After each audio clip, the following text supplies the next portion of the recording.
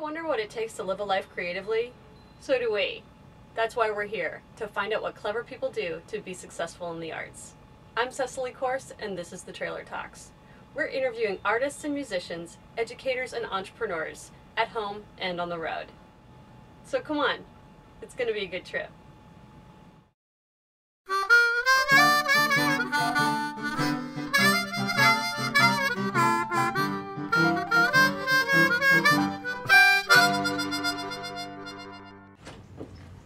Hey, welcome to the trailer. Come on in.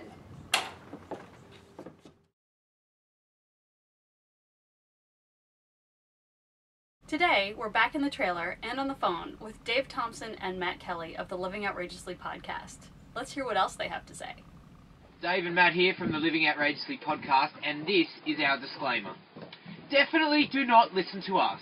We talk smack.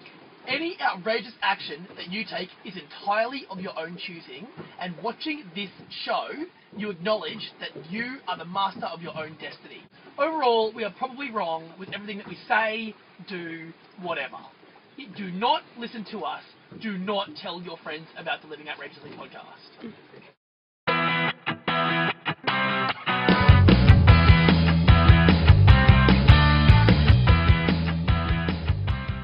We're just regular dudes, but we decided that this one, we decided that this was going to be big. We literally looked at each other and said, dude, this podcast is going on iTunes and it's going to go to #1.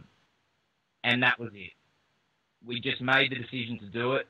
We had no idea what would happen, but it did happen. And the audience is what's inspiring me. So it's the people who are getting the results that are pushing me forward. If no one was saying anything back, if no one was watching, if no one cared, we probably would have done it for a while. I can imagine we still would have done it. But ultimately, that's what's fueling it. And as long as that keeps happening, I'll be excited. I'll be really excited. Very cool. So what is success for you guys now, and what do you see for successes in the future? Okay, so success now is growing the LOP to a stage where it's a fully fledged business that both of us can completely draw our income off. So we've spent a lot of time in the last, we've built with podcast shows. The idea is that you build great rapport with the audience, and I think we've done that really well. Now, we haven't tried to sell too much stuff, and that's been deliberate, because we don't want to come across like the 19-year-old guy on his first date trying to close too early, to quote a Gary Vaynerchuk line. Mm-hmm. Now, that's not to say we're going to start like shoving stuff in people's faces, but I think there's an obligation on our part to people that want more information, that want to actually find their own path and find their own outrageous career. I think there's an obligation on us to provide the next level. Yeah, so we're talking about how we can actually go out and do live shows rather than just on the internet. Now, we're looking at options. We're looking at how many viewers we've got in Australia, how many there are in the States and Canada, because they're the three main ones, and where are the opportunities there. So all the overarching global view of what success means and what we want to be known for going forward, we want Living Outrageously to be known as a lifestyle choice. And whether we've spoken about this, whether it becomes like a clothing line, like like I guess you'll see the surf brands and things like that, they represent a particular identity. Well, who knows? We might be having a range of T-shirts. Well, we already have T-shirts, but like funky designer. That's what the core business is merchandise. But yeah, we want to grow this. We want everyone to know about Living Outrageously, because it's just the natural human state to live outrageously, and the world can condition us otherwise at times. Yeah, for sure. In terms of tactics and getting there, we're always trying things, we're always experimenting with new techniques. Dave launched his boot camp earlier this year, which was really successful, which was great. We do get a lot of interest from people asking, oh, how can I get more from you guys, or what's happening next? So that obviously is a natural progression for us, but ultimately, just adding value, building that audience, I can see there's a number in my head that I can see, and this is when we've got this many regular viewers, that will be amazing, because that is when it opens up the opportunities to really build that relationship and actually go out there and see the people and talk to people and make stuff happen that way.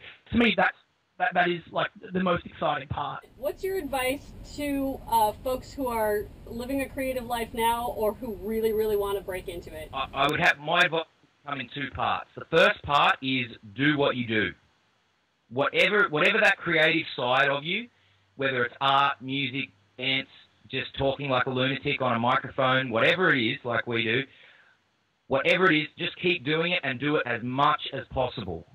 You need to keep practice at it. If you love playing music and you only do it once a week, well, how good are you going to get at it?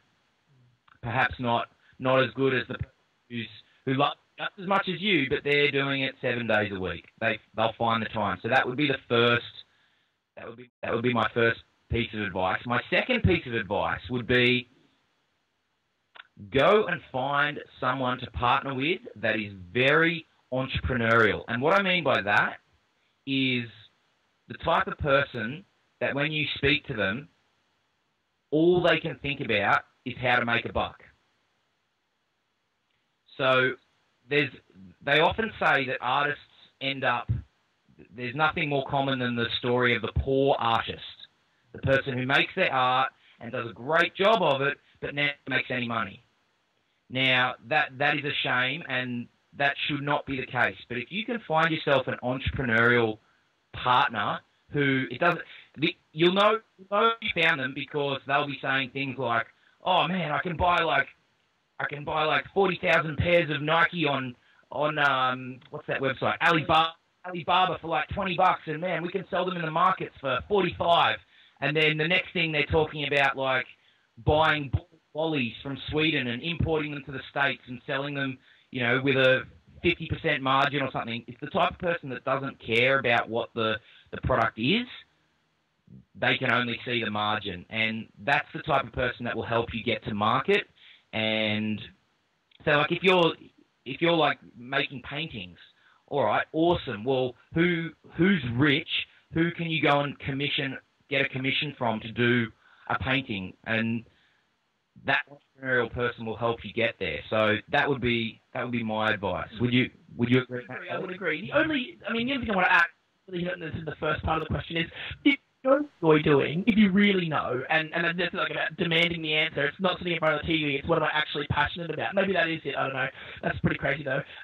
If you really know and you keep doing it, then you'll find it. You'll find your way. It might take you longer than if you have like, the right people around you, the right mentors, if you're watching the right people. That always helps. But just keep doing what you're doing. Or every day, focus on it. Because if you continue to focus on it, at some point, you'll get a tipping point where it's like, oh, wait, an opportunity there that I never saw before, or there, and I could keep doing the thing that I love and cut out all the stuff that I hate. And that's all got a creative, passionate person who wants to do what they want to do. No matter what your present situation is, there is always a better situation that you can dream up and imagine. If you believe that you're stuck where you are, guess what? You are stuck. But if you believe that you can do something better and reach bigger heights, and life was not meant to be the way it is right now, but you can see it as better than it is, as soon as you can see it better than it is, go out and make it like you see it. And don't take any crap from anyone, because if you can stay disciplined and stay focused on what you want, sooner or later you will get it. And that's my final word, Matt Kelly. You've got your work cut out. No, mine will be simple. If you've got a skill, talent, or capability that is rare to you, that you know that you have and that you've worked for a long time to perfect, it's your responsibility. You owe it to the world to share that in some way. Always about how you can add value to the world, always keep pushing, keep making things happen, and work your art, because the world will be a better place because you did that, and you don't want to be lying in that bed at the end of your life going, man, I'm glad I worked those 15-hour days for 50 years. Like, I'm so glad I did that. No one's ever said that. So just make things happen and live your dreams. Thanks for getting up so early for me, guys. This was really, really great. Excellent, excellent. No, thanks so much for having us.